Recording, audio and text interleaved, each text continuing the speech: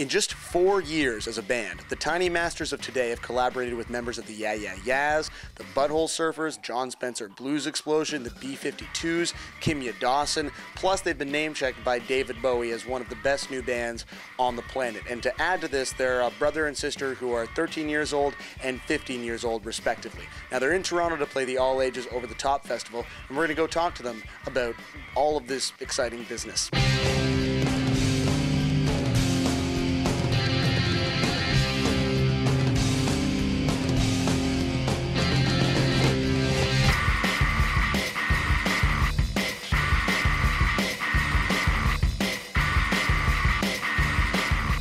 Something that obviously is like I'm sure it'll come up in every interview you do, is when people ask you about your age. So in the interest of not asking you about your age, what is the one thing that you don't get asked in interviews that you wish people would ask you about instead of asking you about your age? See, the age question is less than the David Bowie question. That's the most commonly. Yeah. Oh, yeah? That's the question. That is just the, have you ever, like, what is the question like? Have you ever met David Bowie?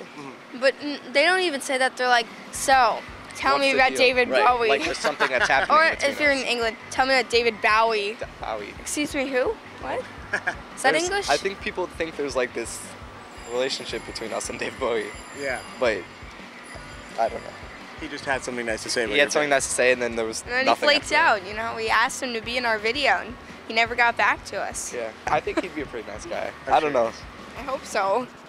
Maybe we should just never meet him. I think we're just never, ever going to meet him. I don't think I could speak if I met David Bowie. Yeah, like I would just be like, yeah, it would just be like silence and wind would come out of me. And I think he would understand though, that's the thing. It's probably happened to him a couple times. I'm sure he just holds people. Yeah. He's like, give me a hug.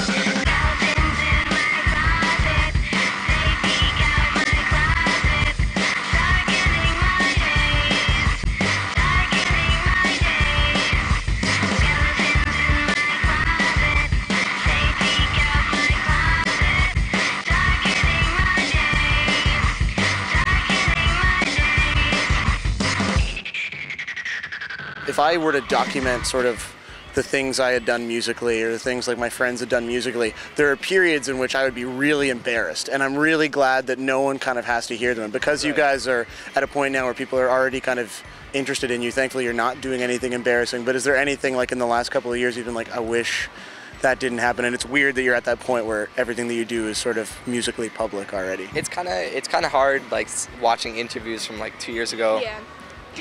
Because my voice is probably 10 octaves higher, and it's kind of painful to watch sometimes. And some of the earlier recordings, I don't know that. I don't know, some songs I don't want to play live anymore. Yeah. Which is understandable, I guess. I think you have to think about it when you do it. Are you going to be embarrassed about it later? I don't think we've done anything that's spectacularly embarrassing yet. I wish I had had that thought process when I was like 15. Like, will this embarrass me? The answer is yes. It does. It all embarrasses me. Don't do it. I love embarrassment. It's part of life. You picked the right. I think musician is the right. I don't like to be embarrassed, but like I accept that is a natural thing in life, and I have learned to embrace it. You're so much more mature than I am.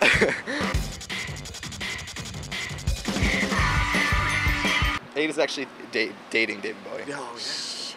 But keep that on the down. Well, obviously, yeah, we won't include the bit about how you're dating David Bowie.